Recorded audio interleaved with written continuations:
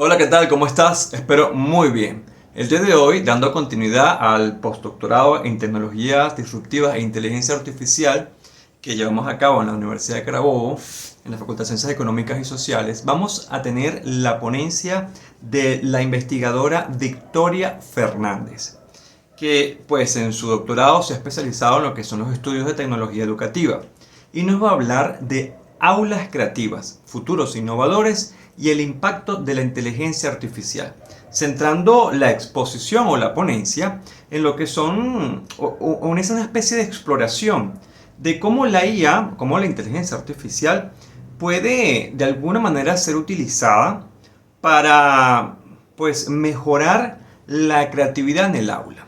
Y entonces lo vamos a ver desde un punto de vista de los estudiantes y un punto de vista de quienes estamos impartiendo conocimiento o facilitando y generando, valga la redundancia, conocimiento colaborativo en las aulas virtuales a través de lo que es la educación.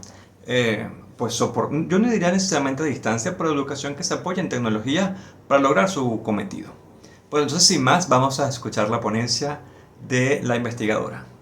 Bien, buenos días a todos. Es para mí, la verdad, un placer estar aquí con vosotros para poder compartir un tema que considero no solo fundamental, sino también apasionante y que además, bueno, son los resultados de mi investigación doctoral. Así que me gustaría que tantos años de esfuerzo poder compartirlos con todos vosotros. Y se centra en las competencias digitales en el ámbito universitario y cómo la inteligencia artificial puede potenciar la creatividad de los estudiantes. Es por ello por lo que la conferencia la he titulado Aulas creativas, futuros innovadores, el impacto de la IA.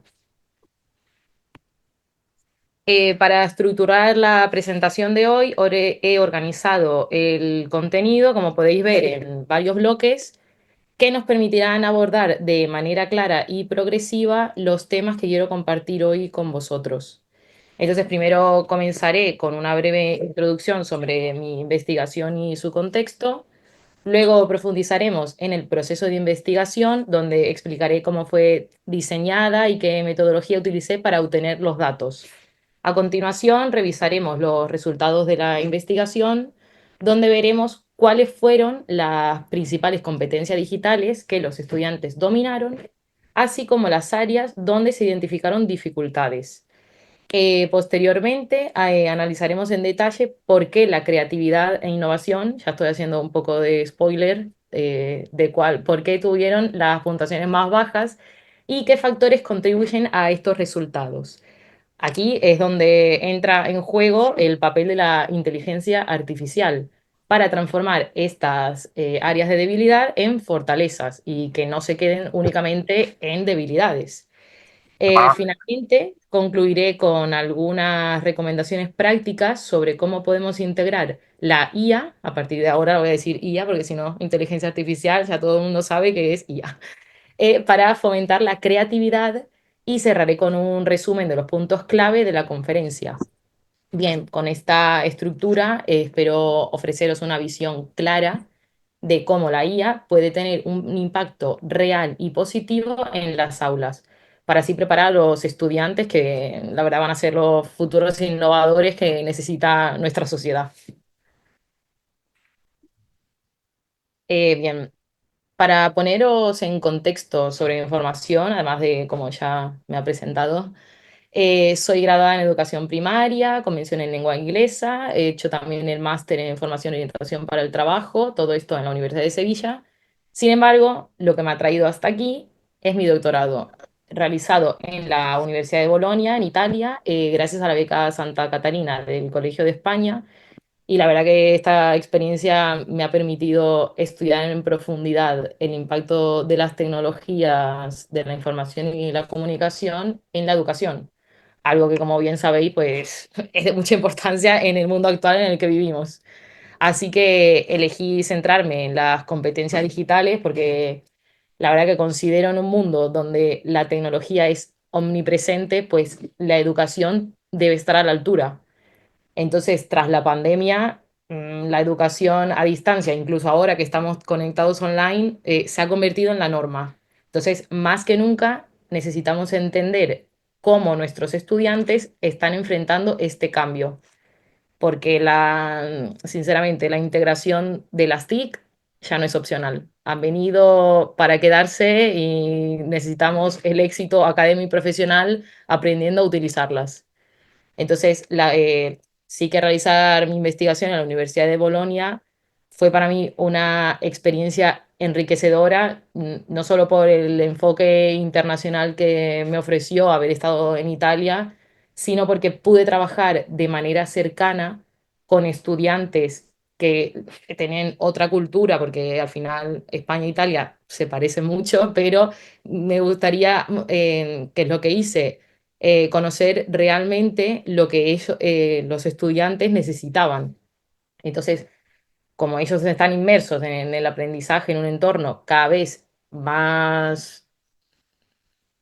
que necesita más habilidades tecnológicas, estudié las percepciones sobre las TIC.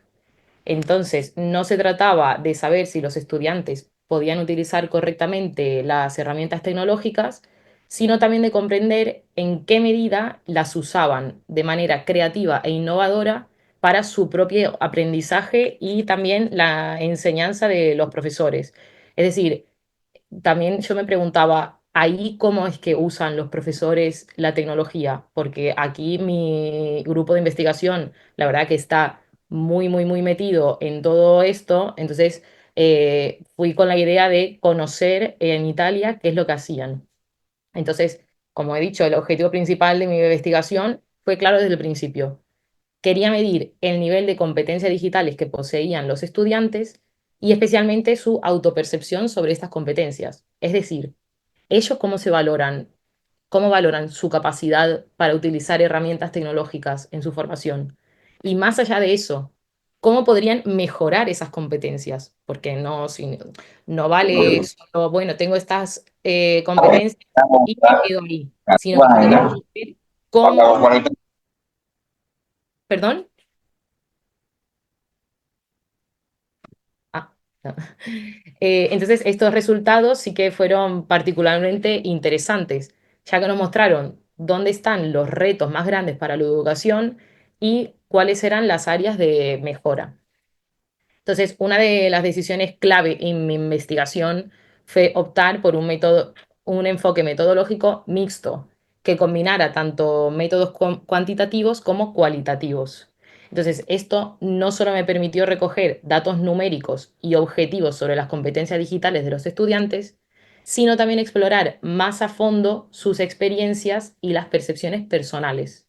Entonces, utilizar ambos métodos me dio una imagen muy completa del fenómeno que estaba yo investigando. Bien, la herramienta central de la investigación fue el cuestionario de competencia digital para futuros maestros de mi compañero Cabero Almenara y otros compañeros del grupo de investigación, que esto sí que me costó un poco más porque tuve que adaptarlo y validarlo previamente para el contexto italiano. Entonces tuvimos que hacer un pretest, lo puse en práctica para ver si se entendía, si no se había perdido la calidad de la pregunta al traducirlo.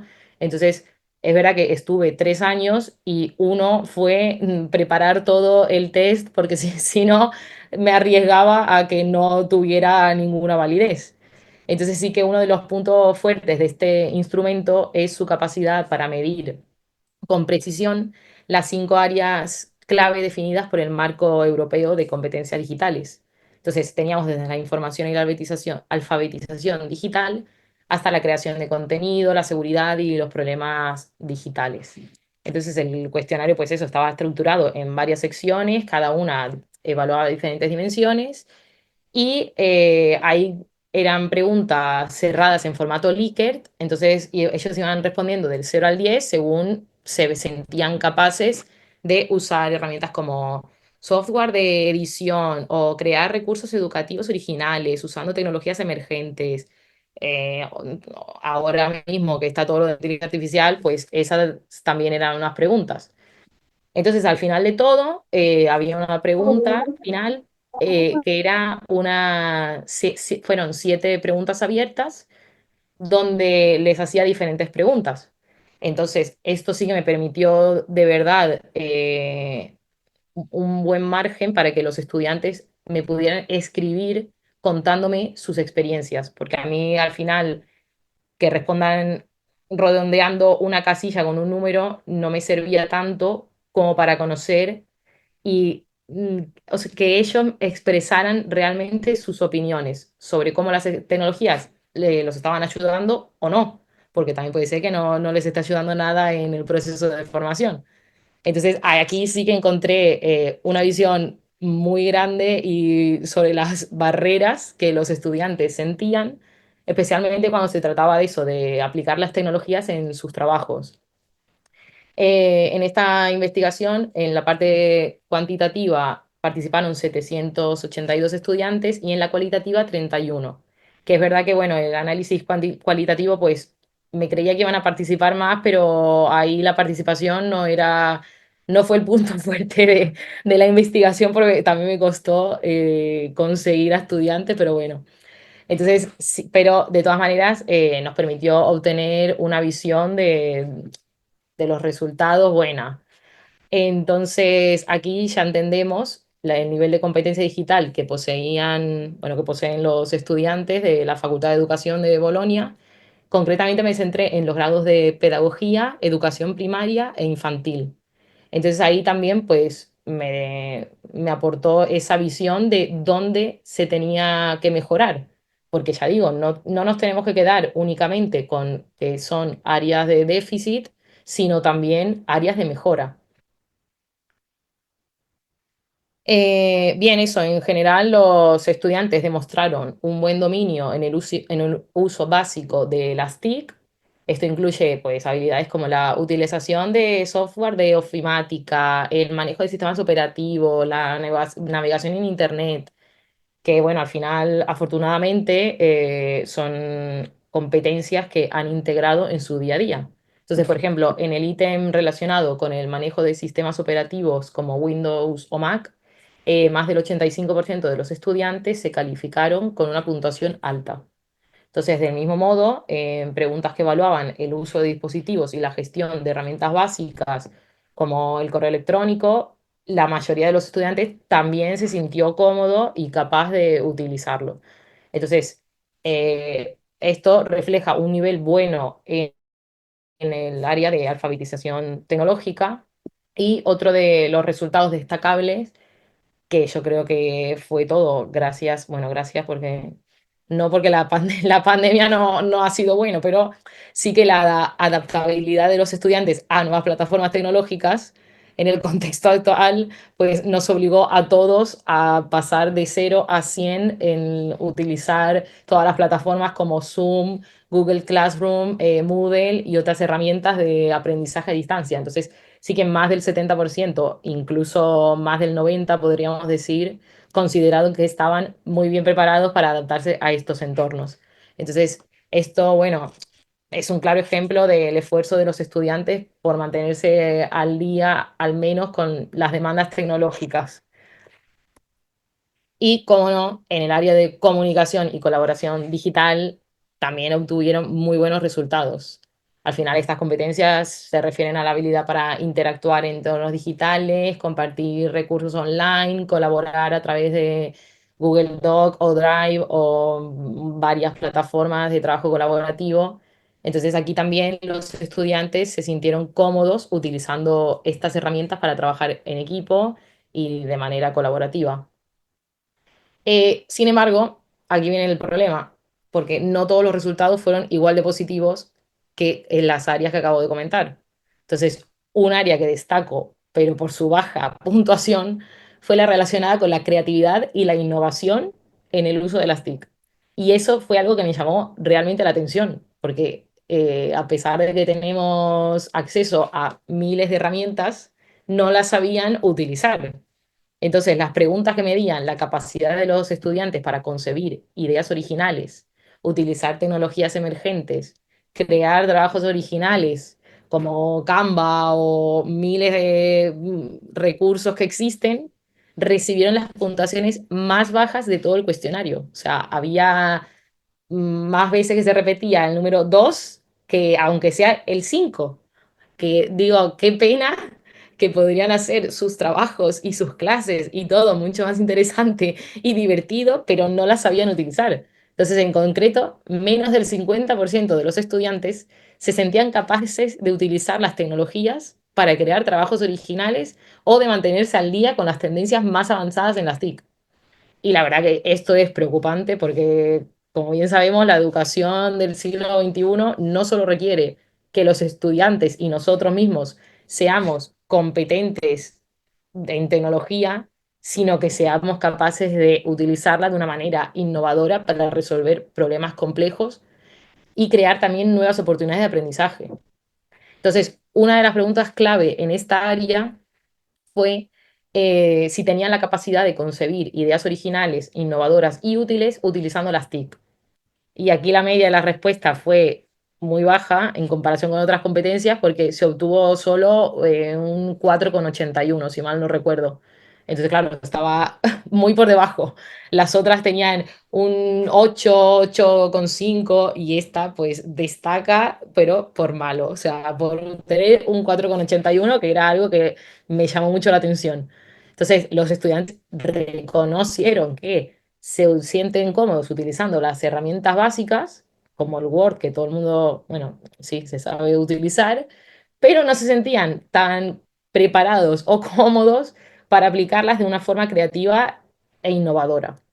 Entonces, esto ya digo, no es un reto para los estudiantes, sino que también es una oportunidad para las universidades o los programas formativos o los docentes y todos para que revisen sus planes de estudio e incluyan más formación o aunque sea un taller para que potencien la creatividad y el uso avanzado de las TIC. Uy. Bien, en resumen, ya para no seguir más con este tema, por un lado, vemos que los estudiantes demostraron que tienen buenas competencias en el uso básico de las TIC y en su capacidad para adaptarse a las nuevas plataformas tecnológicas. Y por otro lado, lo que ya he dicho antes, que las competencias relacionadas con la creatividad, la innovación y el uso de tecnologías emergentes sigue siendo un área de oportunidad de mejora. Entonces, ¿cuál es la buena noticia? Porque no voy a ser tan catastrófica con que esto era todo muy pesimista de la creatividad, sino que la buena noticia es que estas son habilidades que se pueden desarrollar. Y estoy convencida de que con la formación adecuada, los estudiantes la pueden mejorar significativamente y convertirse al final en profesionales competentes e innovadores. Entonces, después de revisar los resultados generales de mi investigación, es importante detenernos en una de las áreas que ya he dicho otra vez, que la que destacó por su baja puntuación fue la creatividad y la innovación. Entonces, profundizaremos en este aspecto para analizar las razones, o al menos que también esa es otra de las preguntas que voy a ir lanzando, ¿cómo creen ustedes o por qué creen ustedes que la creatividad y la innovación recibieron estas puntuaciones bajas? Entonces, vamos a analizar las razones detrás de estos resultados, o al menos las que yo creo, ¿eh? No, por eso digo que si alguien tiene más razones o cree en otra cosa, estaré abierta a escucharlos y encantadísima. Entonces, este hallazgo plantea mi cuestión central, digamos. ¿Qué factores son los que están impidiendo a los estudiantes desarrollar estas capacidades creativas en el entorno digital? Bien, ahora pasamos a ya todo el más profundo, la creatividad.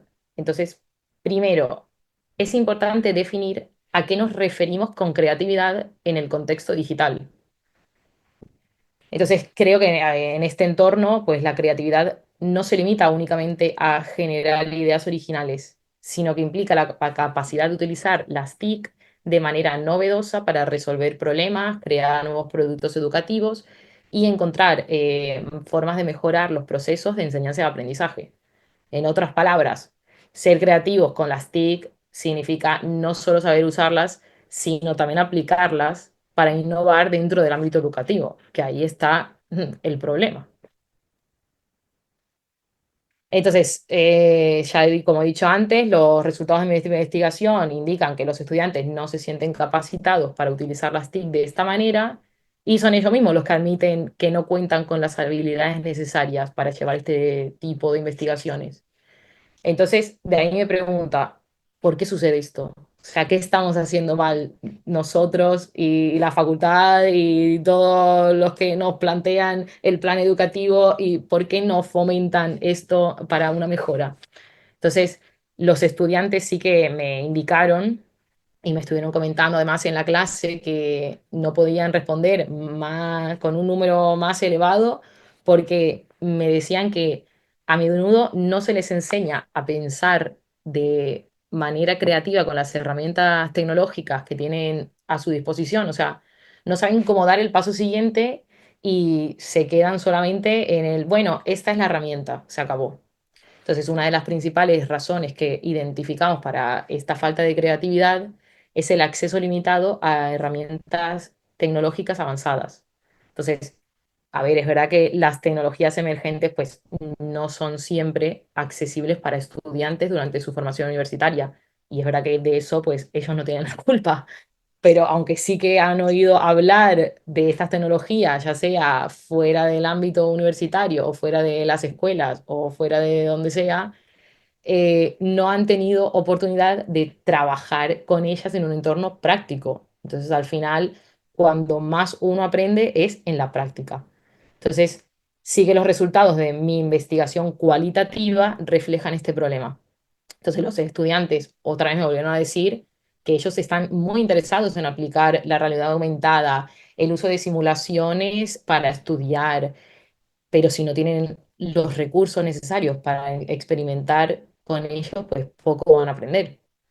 Entonces, es verdad que hay software que son, o licencias que son costosas y que las universidades no siempre pueden proporcionar de forma constante o generalizada.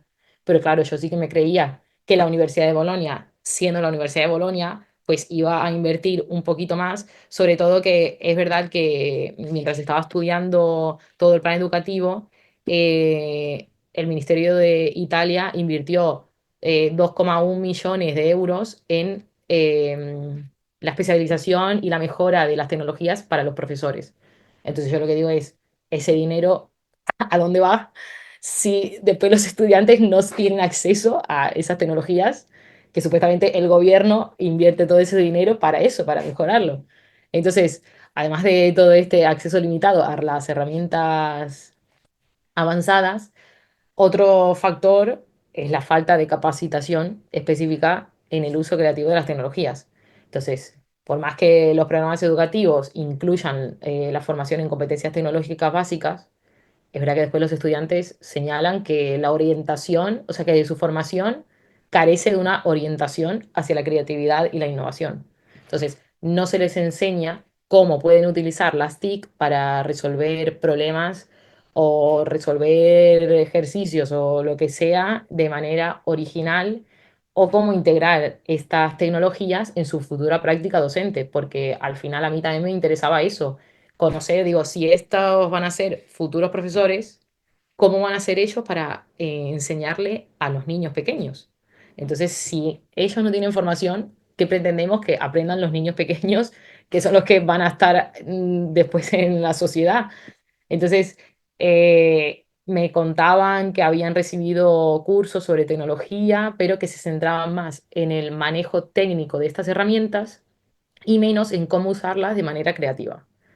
Entonces, de hecho, un estudiante me contaba que aunque no sabía, aunque, mentira, aunque sabía cómo utilizar programas de edición de vídeo o de diseño gráfico, nunca le habían enseñado cómo podía utilizar esa herramienta para crear recursos educativos innovadores o interactivos. Y la verdad que ahora en Internet se encuentran miles de recursos interactivos y que uno aprende de una manera más divertida, que de verdad te dan ganas de aprender. Entonces, claro, si al final se queda solo en sí sé utilizar esta herramienta, pero no sé cómo la puedo utilizar de una manera realmente útil, entonces, la verdad que por eso, estos dos puntos son los que más me llaman la atención, que al final sin una formación adecuada que fomente la experimentación y el uso flexible de las TIC, los estudiantes se sienten atados. Entonces, se sienten atados a las formas más tradicionales de utilizar las tecnologías, que es utilizarla y ya está. No explorar el potencial que tiene para que transformemos la educación. Bien, otro factor que contribuye es lo que acabo de decir. Al final, el enfoque tradicional que aún prevalece en muchos programas educativos, donde tristemente las TIC y la enseñanza de las TIC se centra en tareas repetitivas y rutinarias, en lugar de fomentar el pensamiento crítico y creativo. Entonces, al estar más acostumbrados y más cómodos, y los profesores quizás no quieran salir de esa zona de confort y no digan, bueno, les pongo un PowerPoint y ya ellos, si están interesados, aprenderán a utilizarlo. Pues no, porque al final así los estudiantes no desarrollan las habilidades necesarias para abordar los problemas complejos de una manera original.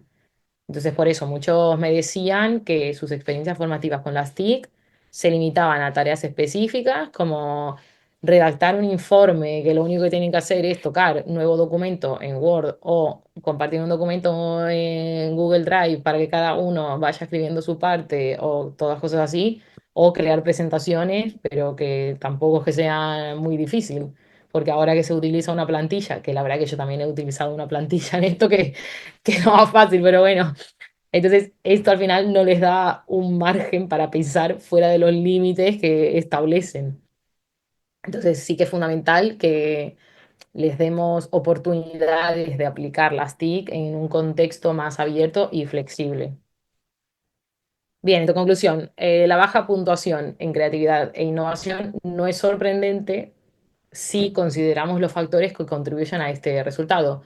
La falta de acceso a herramientas tecnológicas avanzadas, una formación que no fomenta suficientemente el uso creativo de las TIC y un ambiente académico que tristemente prioriza las tareas repetitivas sobre la experimentación.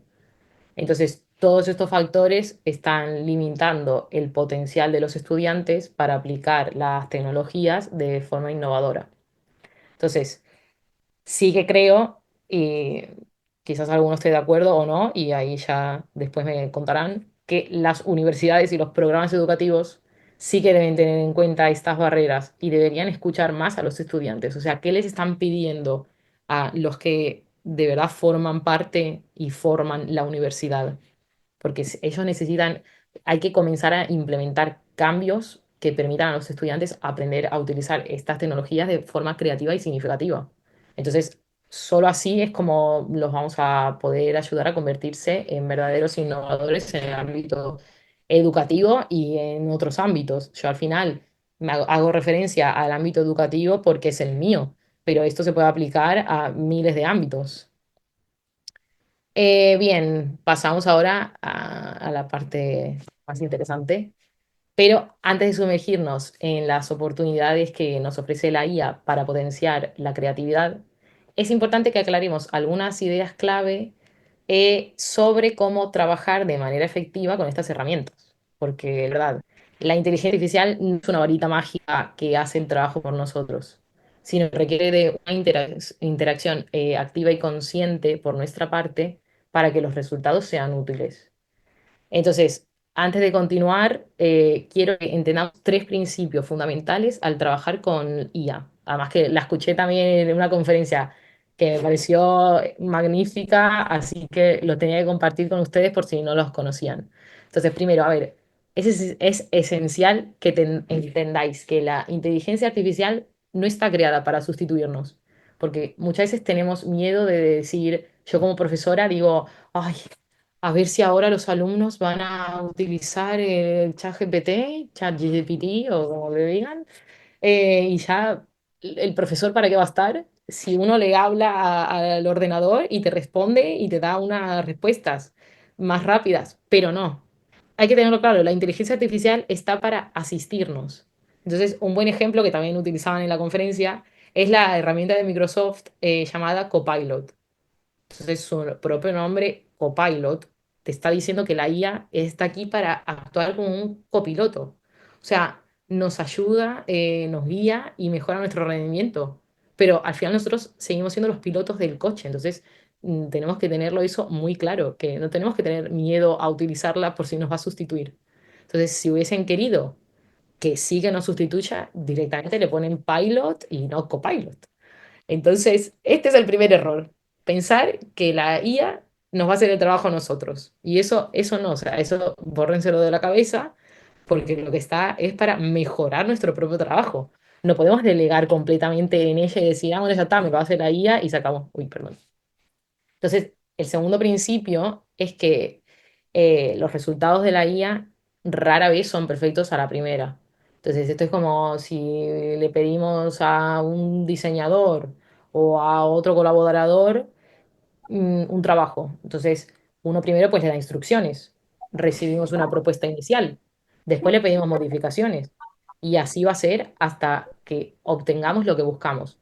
Entonces, con la IA es igual. Nosotros necesitamos interactuar con ella, pedirle cambios, ajustar las instrucciones y así refinar el resultado hasta obtener lo que de verdad queremos. Entonces, únicamente así es que nos va a ayudar a ser más rápidos, eficientes y creativos. Y por último, un principio que resume mucho el éxito al trabajar con IA y que además personalmente a mí me parece fantástico porque resume todo muy bien, es shit in, shit out, que no es muy bonito, pero bueno, ¿qué quiere decir? Que si le damos instrucciones vagas o inadecuadas, la IA te va a dar resultados inútiles. Te va a dar eso, instrucciones vagas o inadecuadas. ¿Por qué? Porque las instrucciones que le diste fueron vagas o inadecuadas. Entonces, solo si sabemos formular bien las preguntas y proporcionamos la información precisa, obtendremos resultados mucho más valiosos.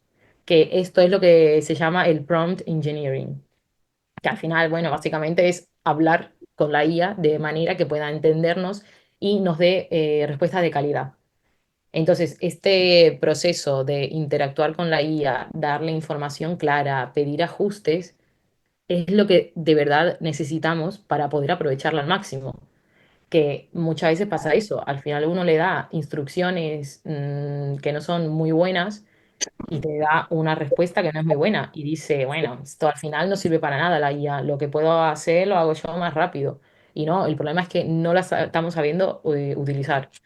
Entonces sí que si sabemos guiarla bien, pues vamos a obtener resultados que realmente potencien nuestra creatividad, que es lo que yo estoy incidiendo en esto, en la creatividad. Bien, pues después de analizar estos factores que cómo contribuyen a la baja creatividad e innovación en el uso de las TIC, es importante que miremos hacia el futuro y exploremos por qué, no, perdón, cómo podemos superar estos desafíos. Y aquí es donde la inteligencia artificial entra en juego como una poderosa herramienta para transformar la manera en la que sus estudiantes piensan, crean, pero sobre todo cómo aplican las tecnologías. Entonces, las herramientas, bueno, pues ya sabemos que permiten experimentar con sistemas que analizan grandes cantidades de datos y sugieren nuevas soluciones o enfoques. Entonces, pues, como ya saben, plataformas como el ChatGPT te dan ideas originales y te proporcionan múltiples ángulos para abordar un mismo problema. Entonces, vuelvo a decir, el proceso de generación de ideas con IA no reemplaza la creatividad humana, sino que la tiene que complementar. Entonces, el problema es que si nos creemos que si le damos una información, obtenemos una respuesta y esa respuesta es la que ya nos vamos a quedar como producto final, ahí viene el problema.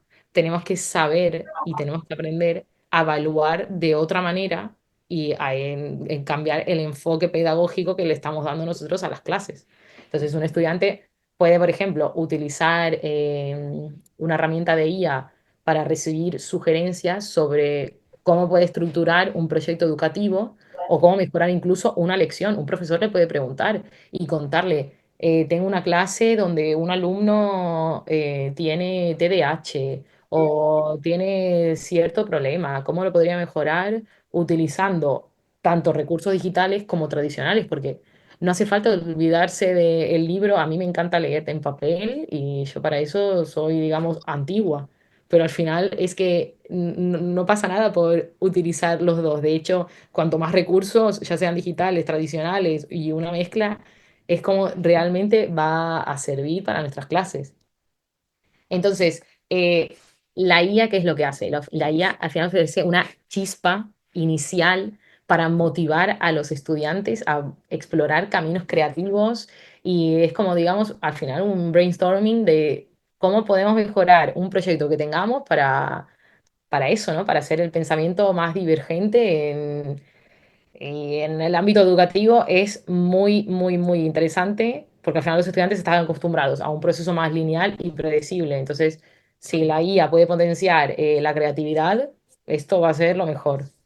Y claro, aquí vienen también plataformas como Lumen 5 que permiten a los estudiantes convertir texto en vídeo de forma automatizada. Entonces pueden añadir imágenes, música, efectos visuales de manera muy eficiente. Otra también es Runway ML, que no sé si la conocen, pero bueno, al final son todos ejemplos de esta también para generar efectos visuales, modificar imágenes y vídeos, pero ya con un nivel de detalle impresionante.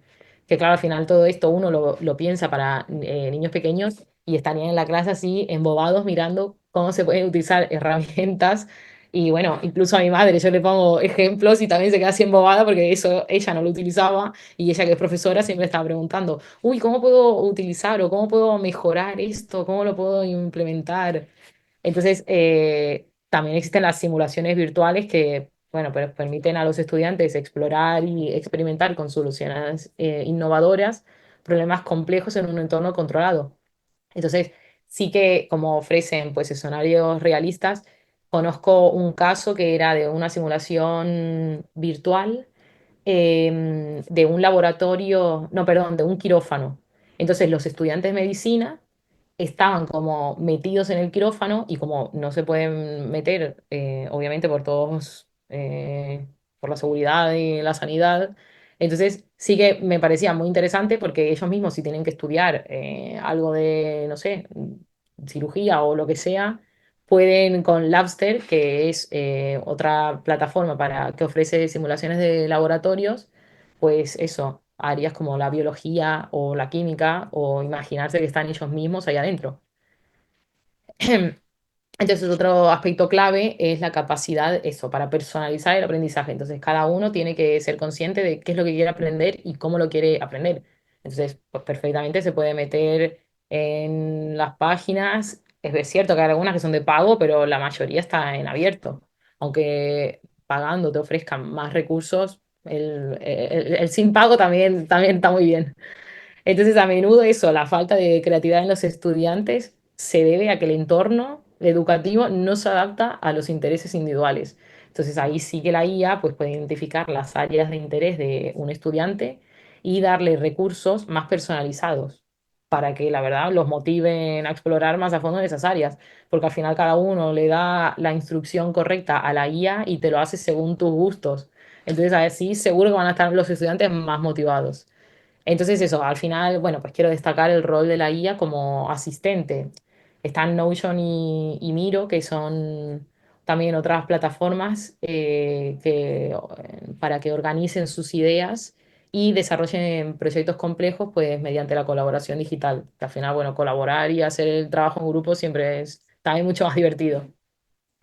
Entonces, eso, ya sea a través de la generación de ideas, la automatización de contenido, las simulaciones virtuales o la personalización del aprendizaje, pues la IA, sinceramente, hay que saber utilizarla porque ofrece herramientas que los estudiantes necesitan para explorar las nuevas posibilidades creativas.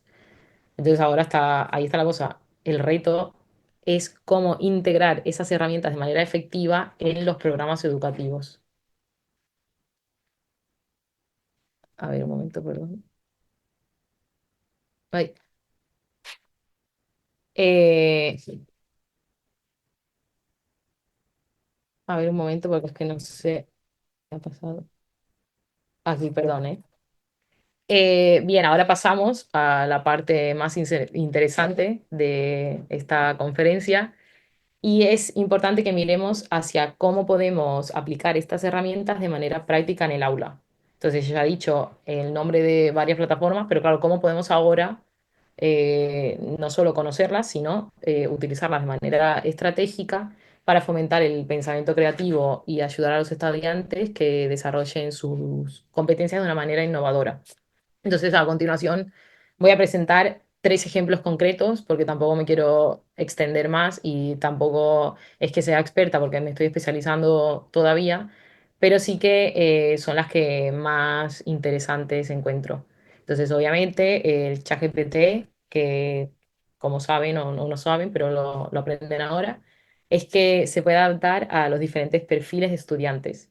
Entonces, al final, pues es fantástica porque se adapta a las necesidades de cada estudiante, así al final los docentes pues, pueden crear actividades y personalizadas que no solo respondan a las preguntas de los estudiantes, sino que también lo hagan de manera específica, según el nivel educativo de cada uno.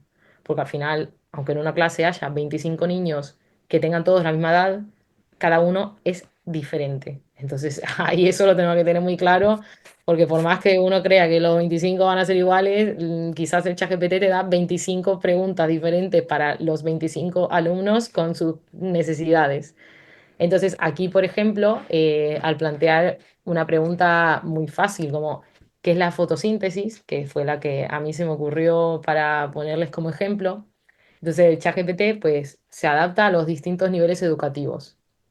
Entonces, veamos cómo respondería dependiendo del perfil del estudiante. Entonces, si nosotros ponemos aquí que somos niños pequeños o que te da una respuesta para niños pequeños, no voy a leer todo porque si no sería muy larga, pero sí que pueden ver que te da o sea, una explicación muy sencilla y visual. A mí me encanta donde dice ahí este proceso mágico o es como si fueran superhéroes del planeta.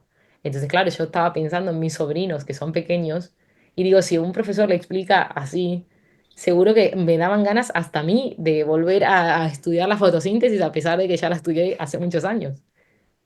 Entonces, ahora cambiamos, ¿no? Y tenemos aquí a los estudiantes de bachillerato. Entonces, bueno, aquí al final ya poniendo un poquito más la respuesta un poco más técnica, todavía un lenguaje así llano porque se entiende, pero vemos que empieza a meter una ecuación. Entonces, vemos aquí la ecuación. Pasamos ahora a los estudiantes universitarios. Entonces yo he puesto como ejemplo eso, niños pequeños, estudiantes de bachillerato, estudiantes universitarios y después de doctorado. Entonces aquí los estudiantes universitarios, bueno, ya vemos que la respuesta es más detallada. Entonces empieza aquí a poner más cositas más complicadas. Y ya pasamos a doctorandos. Entonces aquí pues te da una respuesta muy profunda, especializada y con palabras mucho más técnicas. Entonces, como podemos ver, pues ChatGPT proporciona información que se adapta al nivel de conocimiento. Y la verdad que cuando estaba yo preparando la presentación, estaba asombrada porque digo, me parece una fantasía de herramienta para poder explicar esto bien. Entonces, bien, ahora pasamos a Gemini, que también se adapta según el nivel que tengamos y el perfil del estudiante. Y además que, bueno, es conocida, o al menos yo la conozco también por su capacidad para presentar información compleja de manera estructurada. Y bueno, al final también es como ChatGPT, pero no sé, creo que Ah, las respuestas ok, y yo la no- redacción me gustaban un poco más. Entonces, aquí he puesto otro ejemplo también con el mismo perfil, Ah, pero pero ¿quién es él? era para saber si era usted. No, vale. Eso es de cátedra. Eh, Como es a la continúo. una, Perdón, localizar, vamos a silenciar los A lo micrófonos, mejor, por pero estoy favor. esperando, a lo mejor no está aquí ahorita. sí, eso es lo que pasa, Aníbal, pero sí, está tratando de localizar un muchacho para responder. ¿Puedo continuar? sí, claro, profesora, disculpe más bien Ah, la interrupción. genial. No hay problema. Solo que digo, no sé si es que no se escucha o hay algún problema, pero No, no, todo no, se bien. escucha perfecto. Perfecto, entonces continúo. Bien, aquí otra vez otro ejemplo donde puse eso para en el ámbito de las ciencias sociales para que explicara qué era la teoría del contrato social. Entonces, veamos cómo variaría según el perfil. Tenemos otra vez los niños pequeños, que aquí es para que todos puedan jugar felices. Los estudiantes de bachillerato, que todavía nos lo sigue explicando de una manera fácil, pero aquí ya va introduciendo términos de filosofía. Entonces, tenemos a Hobbes, Locke. Después pasamos otra vez a los estudiantes universitarios y va explicando las características del contrato social. Y por último tenemos el nivel de doctorando, que bueno, aquí ya pues explica de todo. Entonces, esta adaptabilidad hace de Gemini pues una herramienta también potente para guiar a los estudiantes a través de el- conceptos complejos de forma progresiva, entonces según el nivel de experiencia para que los ayuden. Y aquí presento Napkin, que es la que a mí personalmente más me gusta y creo que es la que más va a servir. Si no la conocen, animo a todo el mundo a que la utilice porque me pareció también genial. Entonces, se especializa en la creación de esquemas visuales y mapas conceptuales. Entonces, al final, esto pues sí que facilita muchísimo el aprendizaje. No sé ustedes, pero yo soy una persona que ve las cosas muchísimo más claras visualmente. Y a mí me encanta hacer esquemas, siempre voy con mi libreta para apuntar las cosas, pero hacerlo todo con esquemita, de manera que me quede con mis colores y todo bonito. Entonces, sí que creo que los estudiantes que además que los que tengan dificultades para estructurar la información o cualquier tipo, sí que pueden beneficiarse enormemente para descomponer temas complejos y eso, visualizar la relación entre los conceptos. Entonces, un uso excelente de Napkin es a partir de los propios apuntes de los estudiantes, los que ya tienen, o sea, pegan la información, seleccionan el párrafo en el que quieren crear el esquema, o incluso puede ser todo el texto que te haga el resumen, o sea, el esquema, perdón. Entonces aparece el icono de un rayo y se puede elegir entre diferentes diseños y es uno más bonito que otro. Entonces yo aquí como ejemplo pongo, bueno, venga, a ver, si necesitan estudiar las etapas del aprendizaje de la lectura, que la verdad que era un tema que cuando estudié psicología de la educación se me quedó como muy claro porque también me parecía increíble cómo iban aprendiendo los niños. Entonces quise poner esto como etapa, como ejemplo. Entonces, bueno, pues aquí podían crear, pueden copiar, si tienen los apuntes, lo pegan en la página. Y además que aquí el ejemplo que yo puse, la página es gratuita, así que también animo y vuelvo a repetirlo, que si lo quieren utilizar es maravillosa. Entonces pueden crear un esquema interactivo que visualice cada etapa de forma lógica y más clara y así la verdad que va a ser un estudio mucho más efectivo y que identifiquen las relaciones de cada etapa. También aquí vemos, bueno, el diseño, que cada uno es diferente y estupendo. Entonces también en áreas, bueno, al final en el área que cada uno quiera, pero también en humanidades. Yo estaba pensando y digo, que también otro ejemplo sería interesante. Y me pareció interesante en la obra literaria de La Celestina, si los estudiantes pudieran crear un esquema que muestre a los personajes principales o sus interrelaciones, los temas centrales de la obra, los conflictos principales. Entonces, así sinceramente creo que le facilita un análisis crítico más detallado, ya que al ver visualmente cómo interactúan los personajes y cómo se desarrollan los temas, creo que va a ser más fácil retener la información y comprender la obra, porque muchas veces nos mandan a leer obras que no entiende nadie, pero bueno, con estos esquemas estoy segura que se entienden mejor.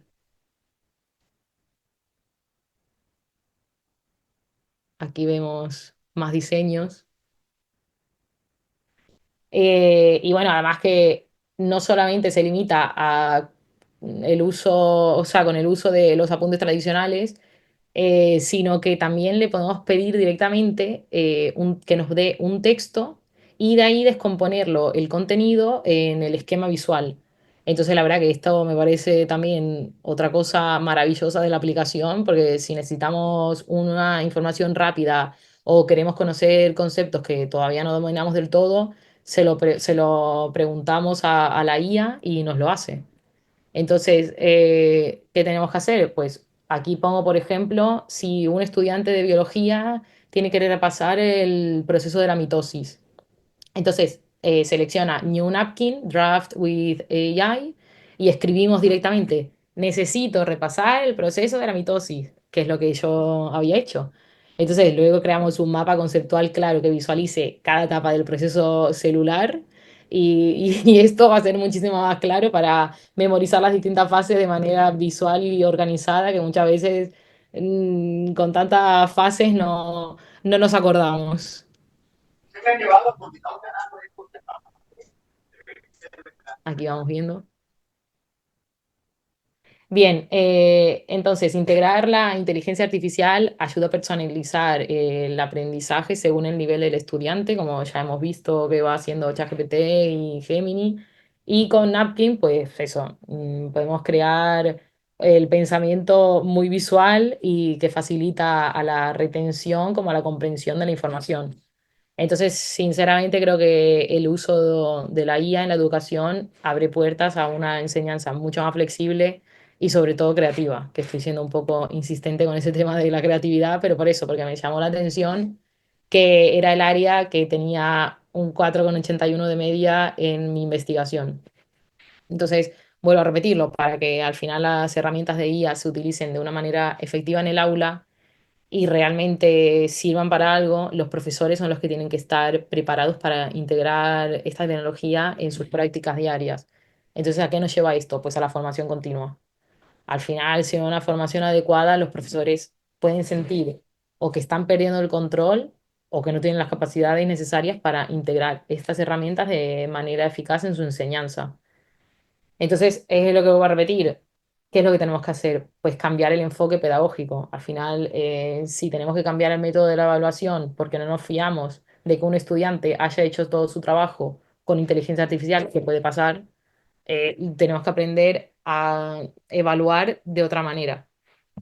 Entonces, lo vuelvo a decir, los docentes al final, el mundo está en continuo cambio y acelerado, va a acelerar rapidísimo.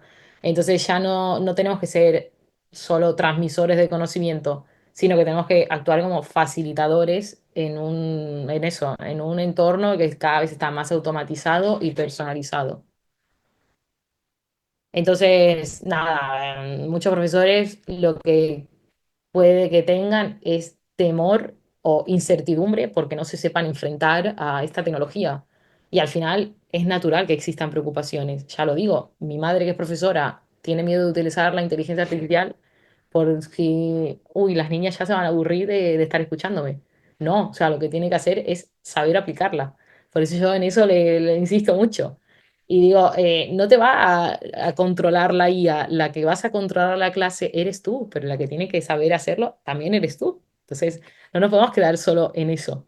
Al contrario, o sea, en vez de centrarse en ella perder el control, o cualquier profesor, lo que tiene que realmente, o sea, darse cuenta de que lo importante es guiar a los estudiantes en su desarrollo intelectual, emocional y creativo.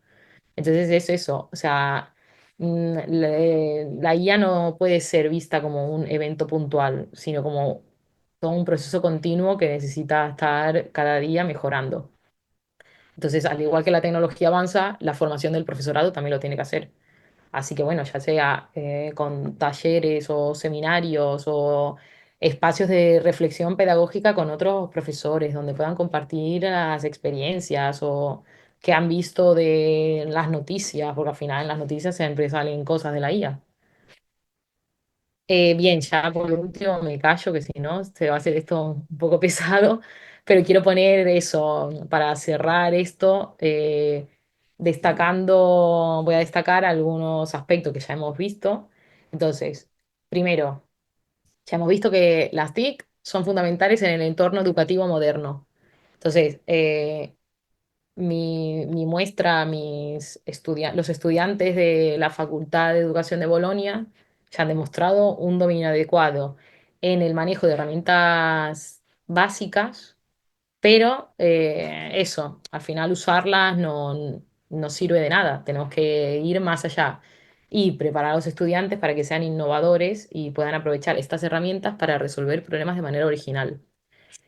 Entonces, vuelvo a repetirlo, la baja puntuación en creatividad e innovación que surgió en mi investigación es un área de oportunidad importante, porque al final es eso, está revelando ahí que hay una brecha muy grande entre las herramientas técnicas básicas y la capacidad para innovar utilizando estas tecnologías, estas herramientas.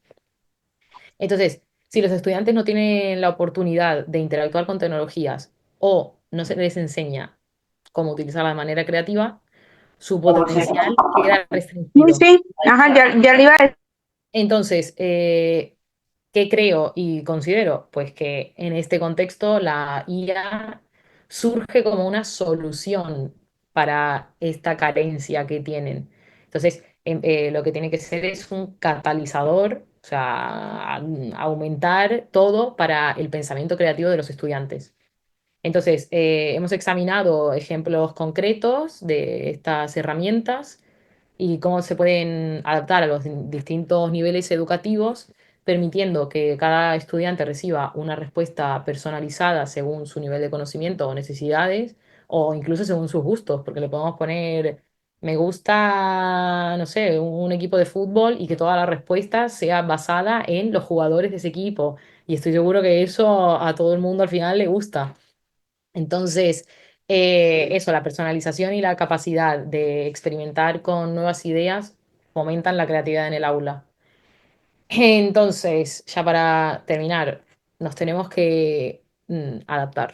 O sea, no podemos, esto es un tren que está pasando y lo que tenemos que hacer es subirnos al tren porque si no nos van a pisar todos los que ya están en el tren subidos. Entonces, el reto que tenemos por delante es claro. No basta con que nuestros estudiantes sepan usar las herramientas tecnológicas. Debemos prepararlos para ser los creadores y líderes del futuro digital. Entonces, bueno, pues eso, hoy hemos visto cómo la inteligencia artificial puede romper las barreras que limitan nuestra creatividad e innovación. Y la pregunta que quiero dejaros es esta. ¿Estáis listos para liderar este cambio, para usar estas herramientas y no solo transformar vuestras aulas, sino el futuro de la educación y de nuestra sociedad? El poder de innovar está en vuestras manos. ¿Lo vais a tomar? Muchas gracias.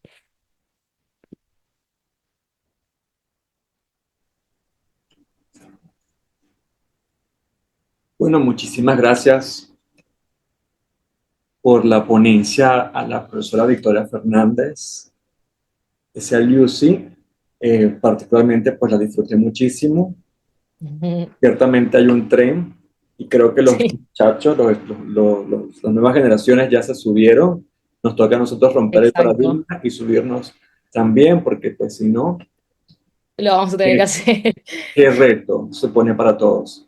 Bien, entonces abro unos minutos para participaciones o preguntas que tengan. Si quiero hacer el comentario de que Aníbal se disculpó por el chat, dice que tiene problemas de conexión y entonces se desconecta y al conectarse se abre el micrófono de manera automática. Fuera de eso, pues, ¿hay alguna pregunta, algún comentario? Sí, eso a mí también me gustaría saber si cómo lo ven ellos. O sea, ¿creen que las barreras son esas, las que he dicho, la falta de formación y de acceso, o existen otras como para que tengan problemas y baja puntuación? Ay, muchas gracias por los comentarios. La doctora Doris levantó la mano, tiene la palabra, doctora. Sí, sumamente feliz y complacida por este tema el día de hoy, ya que, bueno, estamos involucrados con la formación, con la capacitación desde la universidad, ¿no? Pues sí, eh, realmente satisfecha y pienso que es sumamente importante para nosotros que estamos llamados a seguir avanzando en este gran proyecto, en esta gran realidad como lo es la IA. Pues sí, Debemos comenzar, definitivamente, mi doctora, debemos comenzar con la capacitación del personal docente, sí, sí, porque allí sí. hay mucha resistencia. Sin embargo, hay muchos docentes que son nuevos, ¿no? Y ellos Claro. tienen un poco más de habilidades para este tema. pero nosotros tenemos muchos docentes que están resistidos a esto. Incluso he oído profesores que no le acepto trabajos de IA. Wow. O sea, sí, se ha escuchado por la misma resistencia. Entonces, por eso pienso que, por supuesto, el tema es hermoso para nosotros como educadores, pero sí, tenemos el compromiso de formar al personal docente, porque el estudiante se deja llevar más.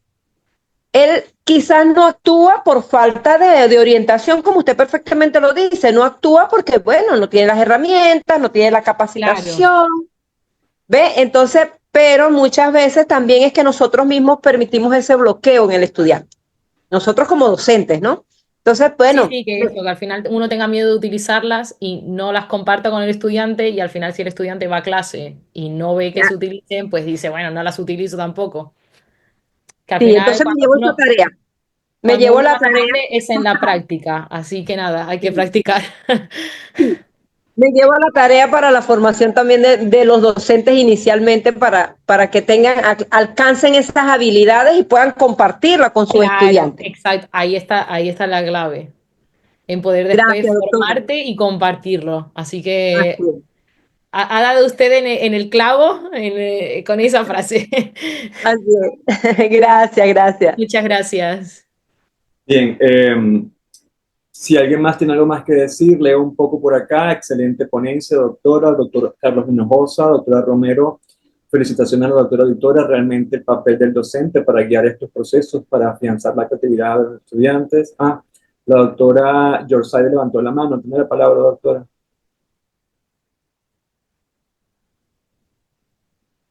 Sigo leyendo mientras la doctora habla. Ay, que no se escucha a ver, es que tiene que activar el micrófono. Sí, Ahora. disculpen, que no Ay, había activado el perfecto. micrófono. ¿Cómo están? Buenos días. Excelente su ponencia, doctora, muy buena, la Muchísimas felicito. gracias. Sí, fíjense, estoy de acuerdo con lo que manifestó la doctora Doris. Por cierto, saludos, Doris. Eh, yo tengo hijos que están en la universidad, ¿ok? Eh, y es la Universidad Central y a pesar de que es, digamos, una de las mejores universidades del país, eh, a ellos los profesores les prohíben, la mayoría, que hagan trabajos con inteligencia artificial, ¿ok? Entonces, pero ahí hay uno en particular, que es el de economía, que les mandó a hacer unos videos y entonces les dijo, me van a hacer video con inteligencia artificial. Entonces los muchachos llegan como locos a la casa. Mira, mamá, los demás profesores, ninguno nos dejan hacer inteligencia artificial, pero entonces este sí quiere que hagamos un video con inteligencia artificial, pero que no salgamos nosotros, ¿no? Entonces, lo cómico de esto es que eh, y paradójico, ¿no? Porque como hay esa resistencia, como decía Doris, de los profesores a utilizar la inteligencia artificial, que tienen a los muchachos confundidos, doctora, ¿no? Entonces, y eso los atrasa en mi criterio, ¿no? ¿Por qué? Porque entonces ellos llegan y en vez de, también ven el camino fácil. Entonces, afortunadamente me tienen, entonces me dicen, bueno, mamá, como tú estás estudiando eso de inteligencia artificial, tú nos ayudas con el video, ¿no? Listo. ¿No? Pero entonces siento que a veces desde el punto de vista tecnológico, uno como adulto, ya digamos contemporáneo, tiene más habilidades tecnológicas que ellos, porque lejos de darle herramientas o autorizarlos, que se haya innovación, siguen dando entonces esas clases magistrales, que no es malo, pero, por ejemplo, rapidito para este ejemplo, nosotros hicimos componente docente con la doctora Catiusca Figueroa y mi jefe, el coronel Leonardo Briceño, hicimos componente docente en la UPN. Esa es una universidad de pedagogía aquí en Venezuela, dedicada a la docencia, ¿ok? Entonces, allí sí me di cuenta que utilizan para capacitarnos como instructores o como profesores, ¿verdad? Nos daban algo que es novedoso, el tema de las TIC, ¿ok? Entonces a los profesores hay que también darles esas herramientas de capacitarlos en temas de inteligencia artificial y todos estos temas tecnológicos para que se motiven, ¿ok? Claro. Ese es mi aporte y también mi interrogante sería hasta qué punto, doctora, ¿puede un joven o estudiantes de universidad hacer trabajos con inteligencia artificial que les sean permitidos? También Claro, tengo sí. esa duda. Esto también es otro problema, digamos, o miedo que tienen los profesores, porque ¿qué pasa? Al final les manda a uno un trabajo a un alumno y te lo hace todo con la inteligencia artificial, porque también pasa, uno busca y puede ser que haya no plagio, pero que dos tengan la misma respuesta, porque los dos le han preguntado al ChatGPT. Entonces, lo que hay que hacer aquí es cambiar, o sea, personalmente creo que lo que hay que cambiar es la evaluación. Entonces, en vez de que poner un examen o hacerle preguntas, el profesor tiene que aprender a hacer preguntas para que el estudiante las sepa responder de manera que se vea ahí que ha aprendido haciendo ese trabajo. Porque obviamente en- le podemos poner preguntas que no sepa responder, pero que se vea que el trabajo que ha hecho le ha servido para algo, no solo para mandar un trabajo. Entonces es verdad que, bueno, el límite ahí tiene que ser el profesor un buen docente y establecer los límites según los objetivos que quiera conseguir.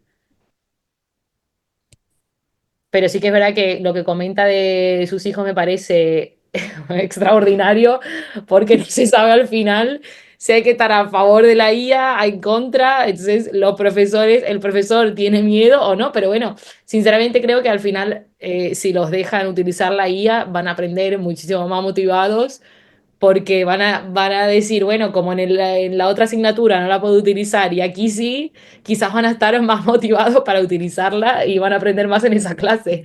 Así que bueno, quizás tampoco está tan mal pero no, no pueden tenerlos mareados de decir en esta sí y en esta no, porque Pienso, Exacto. pienso que un poco va por la autonomía de cátedra. Tal vez algunos profesores sienten el temor. Francisco nos contó una anécdota, el coordinador Francisco Galacé, el moderador de hoy, nos contaba una anécdota que él tuvo, compártesela a la doctora Francisco si puede, que se dio cuenta que los alumnos todos sacaban 20 y usaron inteligencia artificial. Coméntale si no sé.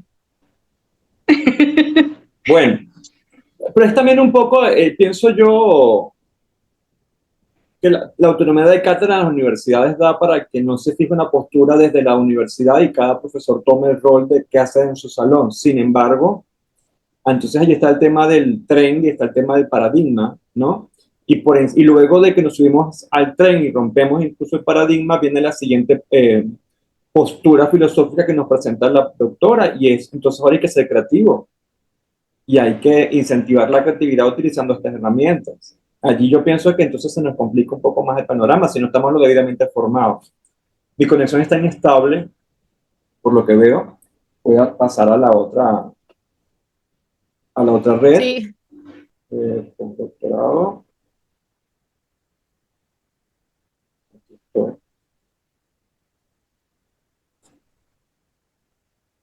Ya voy.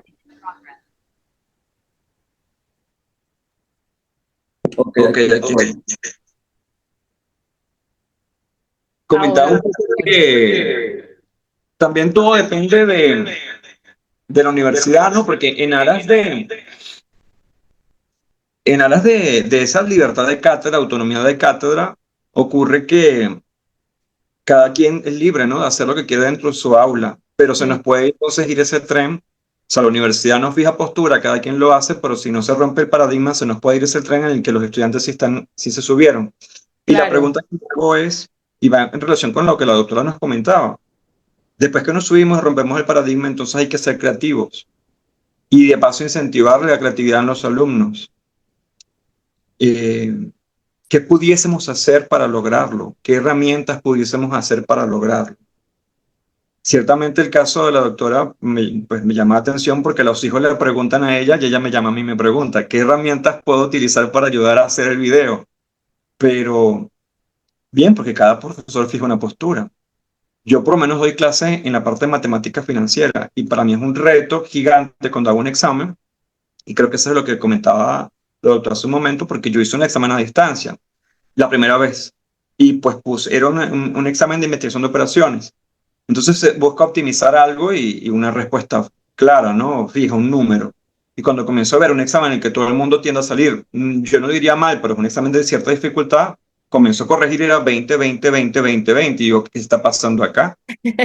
Me fui a la inteligencia artificial, me fui a Géminis, de hecho, y le digo, bueno, Géminis, resuélveme esta pregunta que hice. Y cuando veo, pues Géminis me la resolvió en segundos. Y yo digo, pues aquí está. Entonces hay que cambiar de paso la forma de cómo hacemos la pregunta, porque Exacto, ya es la IA la que la está resolviendo. sí, Y tampoco veo prudente decirle al alumno, no, no la utiliza. Él la va a utilizar. sí, Entonces, sí, sí, lejos sí. de esconderme, es como que ir de la mano y buscar la vuelta. Pero ahí está mi pregunta. Claro, no, por eso al ¿Cómo? final es eso. Tenemos que nosotros dar un paso más y ser más listos que los estudiantes, porque al final ellos la van a utilizar, la inteligencia artificial. Entonces, hay que hacerlos, tenemos que ahí fomentar, pues eso, el pensamiento crítico y utilizar nosotros también la inteligencia artificial o no, pero saber que ellos, o sea, tenemos que tener eso claro, ellos lo van a utilizar. Entonces ahora tenemos que evaluar o hacerles preguntas para buscar la manera que tengan de que ellos lo piensen.